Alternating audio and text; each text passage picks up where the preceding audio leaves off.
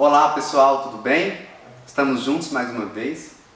Hoje a gente vai trabalhar um elemento super importante na compreensão e na criação dos sentidos dos textos.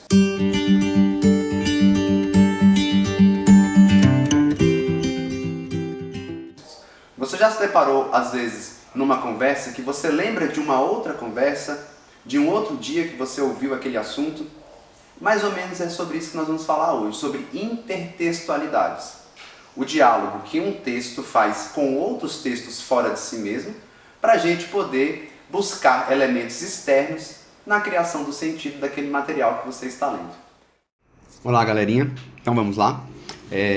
A nossa aula hoje ela é de intertextualidade. Só que antes de ir para o tema intertextualidade, eu quero falar com vocês um pouco sobre textualidade. O que seria a textualidade? É uma organização, uma junção de vários fatores ali que precisam estar, de alguma forma, se comunicando para que a gente possa encontrar vamos dizer assim, uma perfeição no que diz respeito à compreensão dos textos que a gente lê, a interpretação como um todo, né?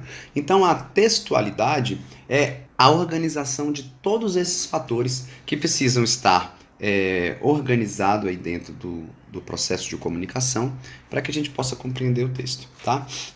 Toda a mensagem. Então, dentro desse processo, eu preciso compreender o texto. Para eu compreender o texto, eu preciso dos meus conhecimentos linguísticos, tá? Para você utilizar esse alemão para poder compreender toda a comunicação desse texto. Então, aí tem a ver com os elementos de coesão e de coerência. E a gente precisa também compreender as situações de comunicação. E elas, se bem entendidas, vão criar uma relação entre autor e leitor que será capaz de a gente dizer que o processo de compreensão da mensagem está completo. As situações de comunicação, elas têm a ver com as funções que os textos exercem, aos objetivos dos textos, ao público-alvo, a aceitabilidade do texto, tá? Então são conceitos que estão trabalhados em outras áreas, em outras aulas, tá? Mas que juntas compreendem aí tudo o que é textualidade, tudo bem? Mudando aqui de slide, eu queria que agora a gente pudesse compreender o que é intertextualidade. Gente, uma intertextualidade é uma conexão. Essa conexão ela pode ser explícita ou ela pode ser implícita entre dois textos por meio de uma referência. Então vamos lá. Você está lendo um texto X. Esse texto X, ele pode ter uma conexão com um texto Y. E aí, essa conexão, ela pode estar ali clara ou uma conexão que não é tão clara. E aí a gente fala que é uma conexão implícita, tá? Então, é uma relação entre dois textos. Vamos dizer que não precisam ser textos verbais propriamente ditos, tá? Às vezes você pode ver um quadro e aquele quadro, ele, de certa maneira, faz referência a outro. Você pode ouvir uma música e ali fazer referência a outra. A gente só precisa tomar cuidado para não se tornar plágio. Fazer referência é diferente uma coisa da outra, tá? De plagiar. Então, hoje eu vou trabalhar com vocês 4 tipos de intertextualidade: a citação, a paródia, a alusão e a paráfrase. Tudo bem, gente? Então vamos lá. Mudando aqui de slide, vamos aqui para o primeiro tipo que a gente vai estudar. É a intertextualidade por meio de uma citação. Gente, a citação ela pode ser direta ou indireta. Deixa eu dizer para vocês o que é citação. Eu estou aqui lendo um texto e ali, dentro do texto que eu estou lendo, o autor dele citou outro texto. Tudo bem? Ele colocou ali o fragmento de um outro texto. Isso é uma citação. Ela pode ser direta, quando eu tenho a transcrição direta, ipsis literis, daquilo que é o texto original. Ou seja, eu pego o texto da pessoa e coloco no meu texto. Isso é uma citação direta. Claro que a gente tem algumas regras para isso, né?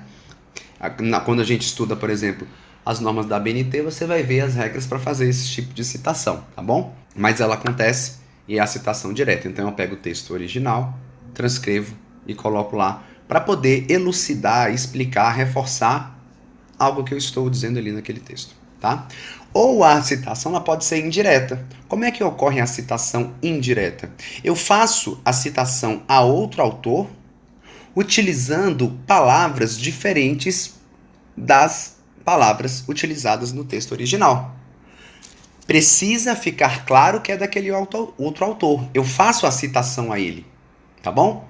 Então, tanto no caso da citação direta quanto no caso da citação indireta, essa intertextualidade ela é explícita, porque ali aparece claramente, ok? Aparece claramente a presença do outro texto, de forma direta ou de forma indireta, tá? Então, um é a transcrição direta da fala e o outro eu cito usando outras palavras.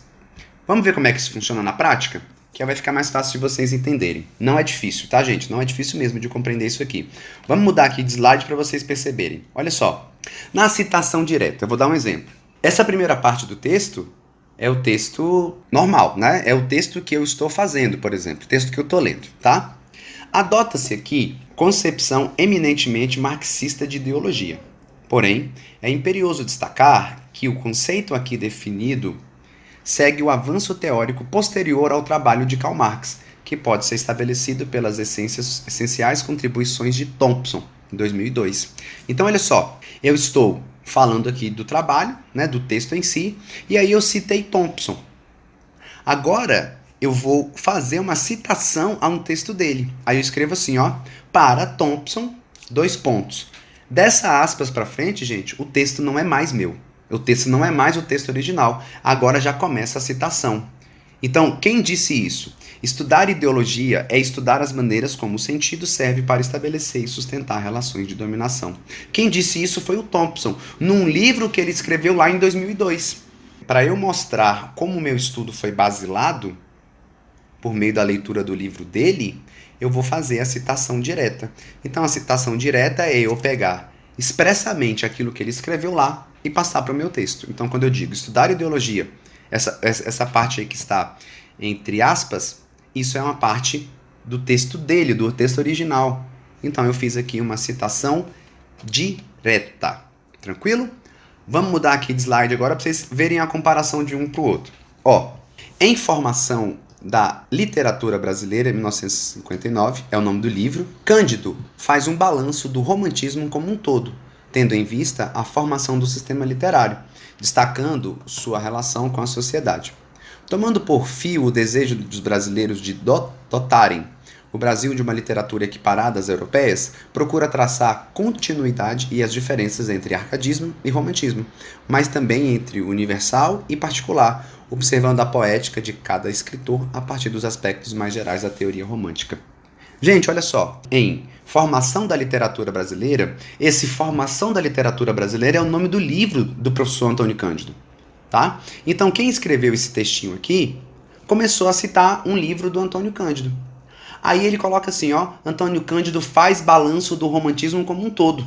Antônio Cândido fez isso no livro dele? Fez, só que com outras palavras. Vocês entenderam?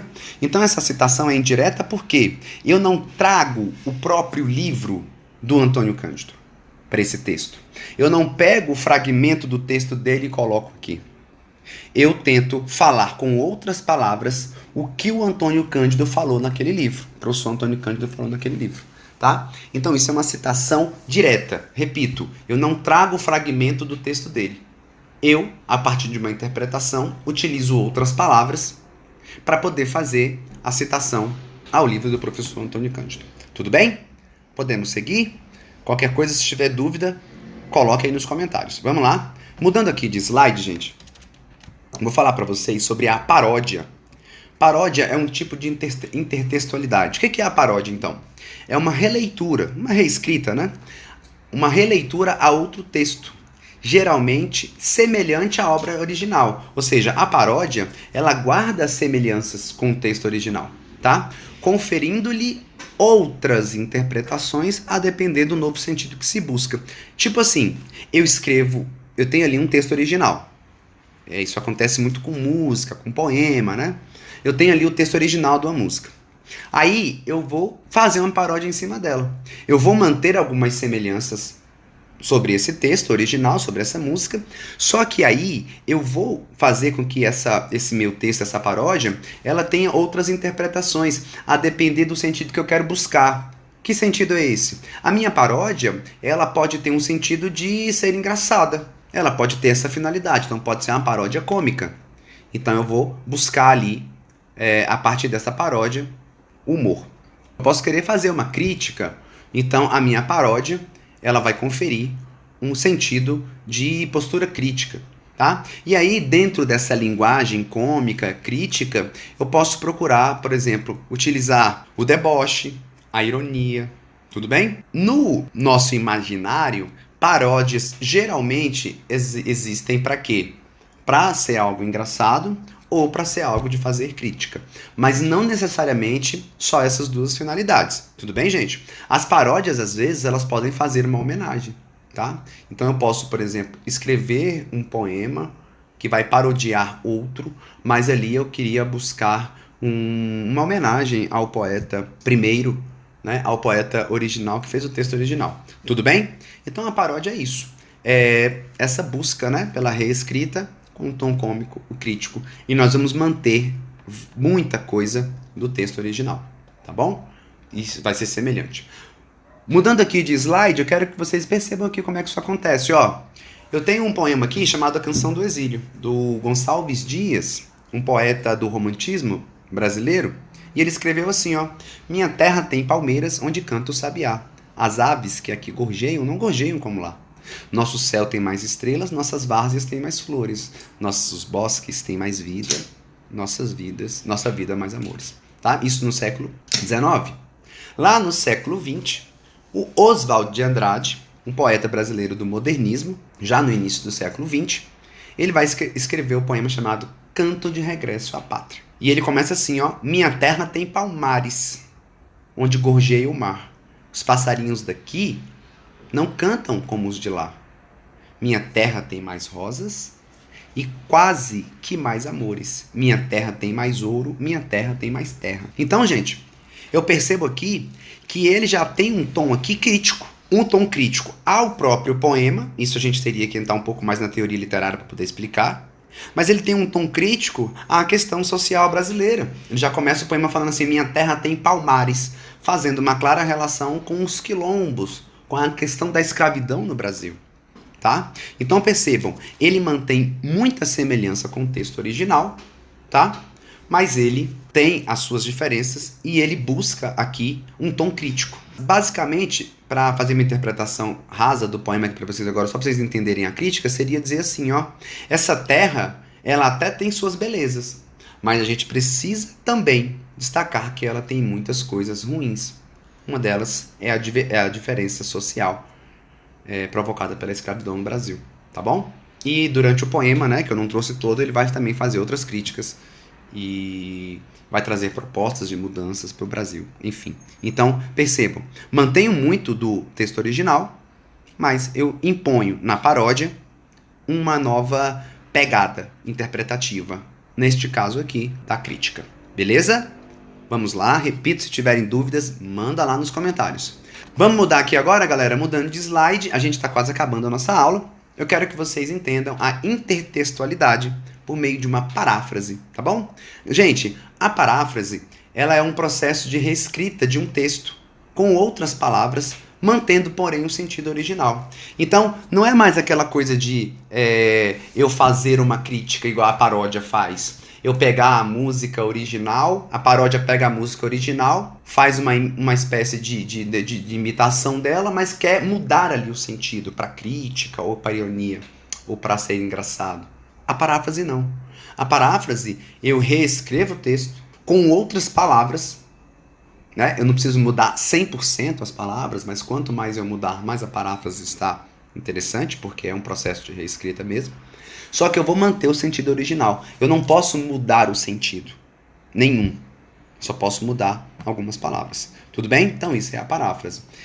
A paráfrase, gente, ela é um texto assim, que foge desse conceito da paródia. Tá bom? Foge. Por quê?